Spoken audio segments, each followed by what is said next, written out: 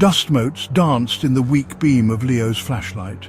The air hung heavy, thick with the smell of decay and forgotten things.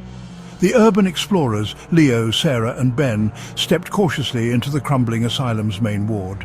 A shiver ran down Sarah's spine.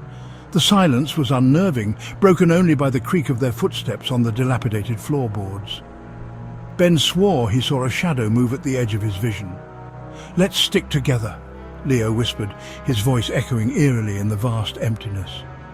They moved deeper into the asylum, each step raising a fine dust that tickled their noses and caught in their throats.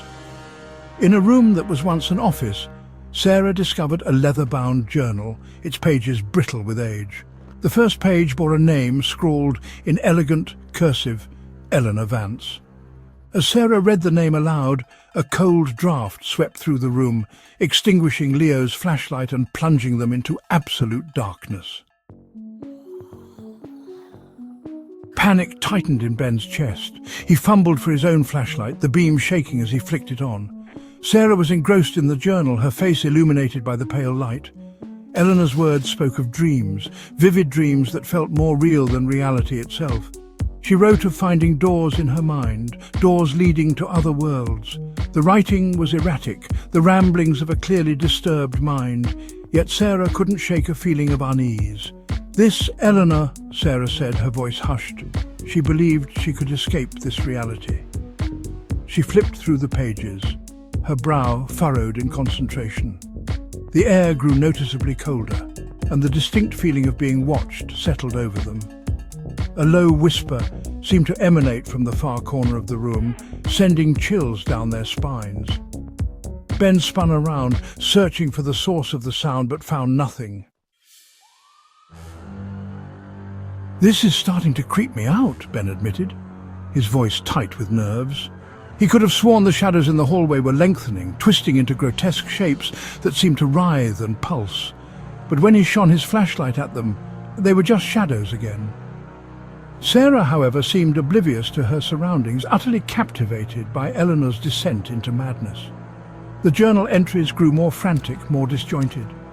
Eleanor wrote of spending days, weeks in her other realities, realities far more beautiful and terrifying than her own.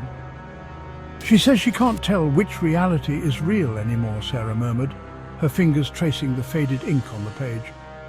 "And that something is coming for her, something from the other side." The floorboards groaned above them, as if something heavy was pacing back and forth. A cold, clammy hand brushed against Ben's neck, and he cried out, swatting at the empty air. His flashlight clattered to the floor, plunging them once again into darkness. "Sarah, this isn't funny!" Leo yelled, his voice edged with panic. Sarah fumbled for his hand, her heart pounding against her ribs. The journal slipped from her grasp, falling to the floor with a soft thud. Then a click. A single sharp click echoed through the room, followed by the scrape of metal on metal, the distinct sound of a door creaking open. Footsteps, slow and deliberate, approached them in the darkness. Sarah scrambled for the flashlight, her fingers closing around the cold metal. She aimed the beam towards the sound of approaching footsteps, but the light revealed nothing but an empty hallway, and then she saw it. The final entry in Eleanor's journal, scrawled in a shaky hand, the ink smeared as if by tears. 3 words that sent a shiver down her spine, 3 words that echoed the chilling whisper from the darkness. "It's behind you." The flashlight slipped from Sarah's grasp, and the asylum was consumed by an impenetrable darkness. Then the footsteps were right behind them,